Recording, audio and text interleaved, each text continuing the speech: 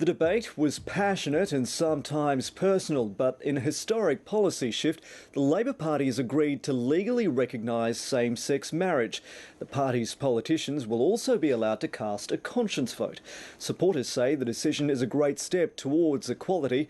One Labor MP has acted swiftly to introduce a bill early next year to debate changing the nation's definition of marriage, but it's unlikely they'll get the numbers. Chief Political Correspondent Mark Simpkin reports.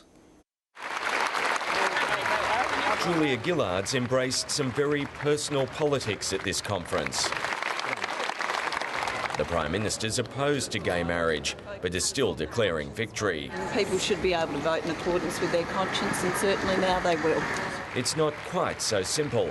Her party's now officially adopted a policy the Prime Minister doesn't agree with. You all know what my views on this debate are, and I know many in this hall do not agree with my views on this debate.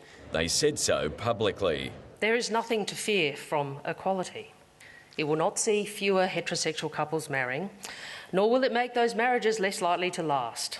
We're not nameless, faceless people who live on the margins of society. The head of Australia's biggest union railed against gay marriage, asking delegates to consider the electoral impact.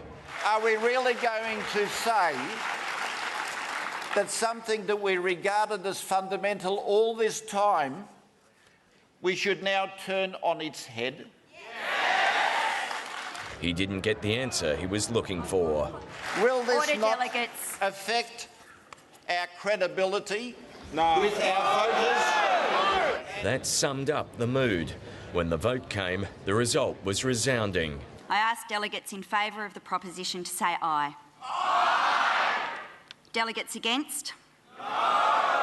The decision's historic, but Julia Gillard argued Labor MPs shouldn't be bound by it. On this question, people should be able to follow their conscience. A party elder disagreed.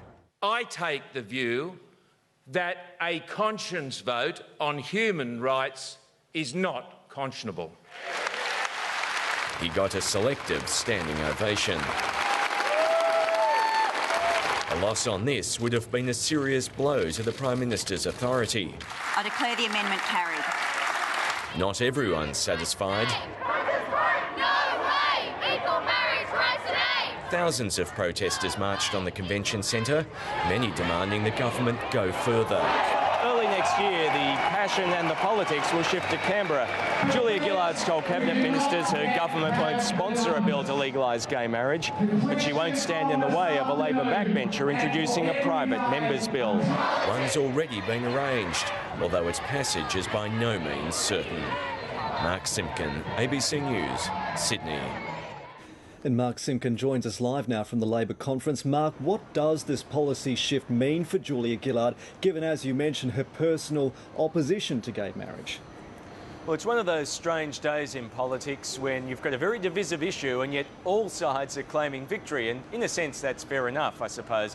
The Prime Minister had invested a lot of her authority in this issue of a conscience vote. She actually moved the amendment. Had she been defeated, rolled on that, it would have been a real humiliation. She prevailed, albeit by about 12 votes, so it was tight, but people close to her are saying this is a significant win, and they're saying that it's now a question of Tony Abbott's authority. Will he allow his troops to have a conscience vote when this issue comes before Parliament next year?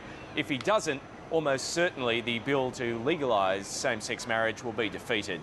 Mark, as we've seen, the issue of gay marriage has taken the spotlight, but refugee policy has also been on the table. Yes, it has, and finally the immigration ministers had a win.